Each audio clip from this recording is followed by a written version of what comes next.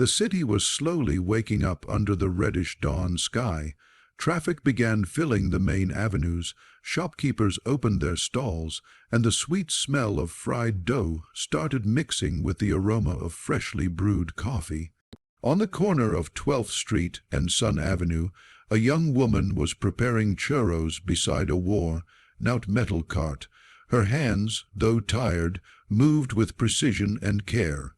Her name was Elena Vargas, and she had spent the last 3 months waking up before dawn to sell churros and support her little children, 2 4-year-old twins, identical like 2 drops of water.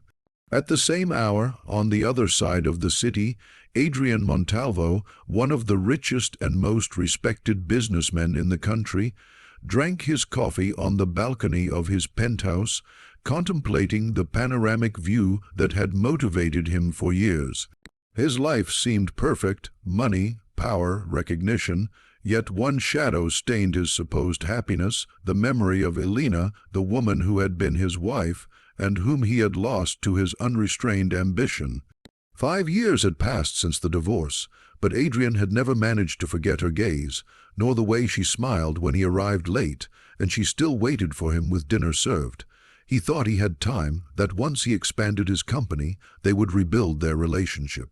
But it was too late when he finally realized that Elena was tired of living with a man who was always too busy for everything except his own success.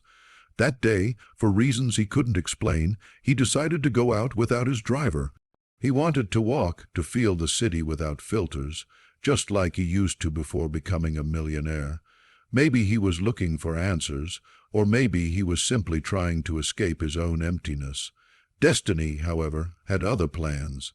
As Adrián walked, the smell of churros guided him directly to the corner where Elena worked tirelessly. He didn't see her at first. He only heard the pure, contagious laughter of 2 children. When he looked up, he felt a blow straight to the chest. There she was, her hair tied up in a high ponytail, her eyes surrounded by dark circles, her shirt stained with flour. But beautiful, just as beautiful as always, maybe even more. And beside her, 2 little boys with dark hair and big honey-colored eyes, exactly the eyes Adrián had as a child, were biting into freshly made churros, their cheeks covered in sugar. Adrián froze. Elena, noticing a shadow in front of her cart, lifted her gaze. And her world stopped. "Adrián," she whispered, her voice trembling with surprise. It took him several seconds to speak. "Hi, Elena. I didn't expect to find you here." The children turned to look at the elegant man staring at their mother as if he were seeing a ghost. Something in their eyes, that caramel shine, sent a shock through Adrián's body. They were his eyes, his exact eyes. "Are they your children?" he asked, trying to keep his composure, though his heart roared in his chest. Elena lowered her gaze. Her tense fingers squeezed the handle of the metal ladle. "My children, yes," she replied softly. He swallowed hard. "How old are they?" 4. The blood drained from Adrián's face. 4 years old, exactly the time since their divorce. "Elena," he began, voice shaky, are they mine?" She took a deep breath and met his gaze with a mixture of pain and pride. "Yes, Adrián, they're yours." The world around him seemed to disappear. His vision blurred, and he had to lean on the cart to keep himself steady. Shock, anger, joy, sadness. Every emotion hit him at once. "Why didn't you tell me?" he asked, hurt. "Because when I found out I was pregnant," she said, "you were too busy signing contracts, traveling, building your empire. I needed you, but you weren't there. I didn't want my children to grow up feeling like I did, like a burden in your life." "That's not true," he protested. "I would have been there, Elena. I would have left everything." She gently interrupted him, without anger but with the harshest truth. "No, Adrián, you wouldn't have." He had no reply. She was right.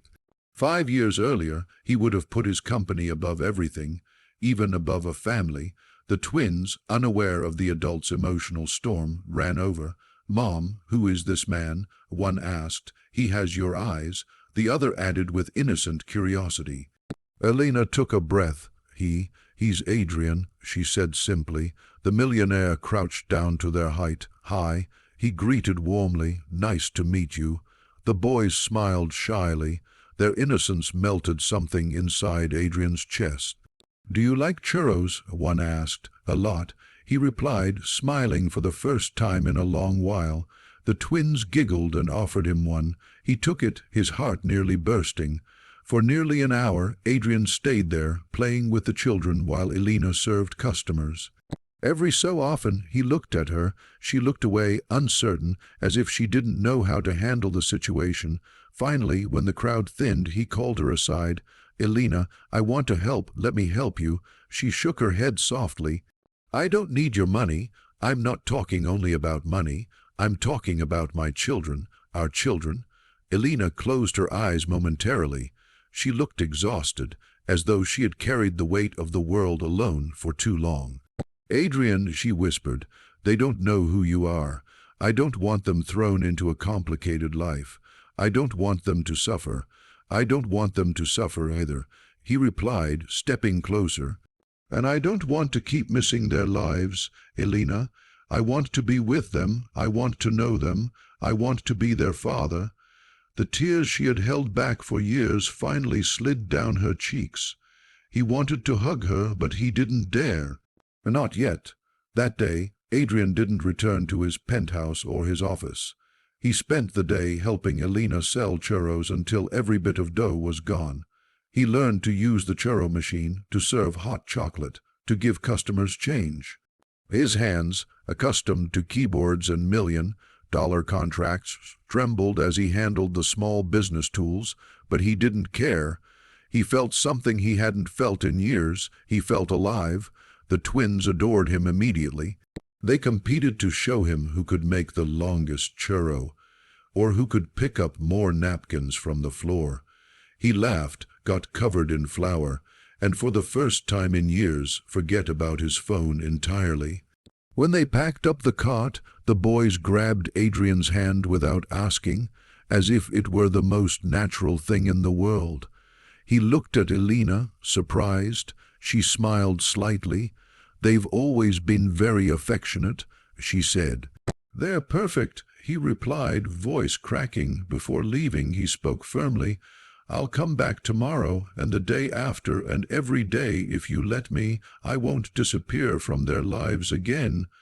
Elena looked at him for a long moment. For the first time since the divorce, she saw something different in him. Not the cold, obsessed businessman who lost her, but a man truly sorry, vulnerable, and willing to learn.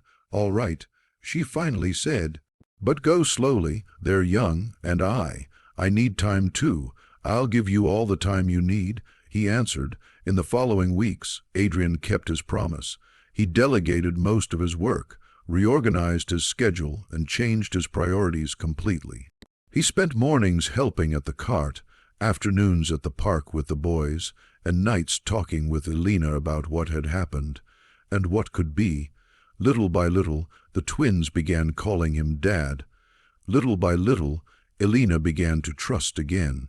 And little by little, the heart he had broken started to heal. 3 months later, at the same corner where it all began, Adrian gathered his courage and approached Elena while the children slept in their stroller. "Elena," he said, "I know I made mistakes, the worst of my life. I lost you as my wife, as my partner, and I nearly lost my children without ever knowing it. But I don't want to keep living with regret.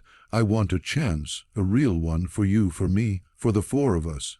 Elena looked at him, her eyes glistening under the streetlights. "Adrian," she whispered, "I'm not asking you to come back to me now," he said. "I'm just asking you to let me try. Let me show you that I've changed, that I can be the man you deserve." She took a deep breath. Her heart, though wounded, still beat for him. "All right," she finally replied. "Let's try." He smiled, tears in his eyes. The twins, waking up at that exact moment, looked at their parents and ran to hug them. And on that simple street corner, under the warm yellow lights of the city, a broken family began to rebuild itself, churro by churro, day by day, with love, patience, and a second chance none of them expected, but all of them needed.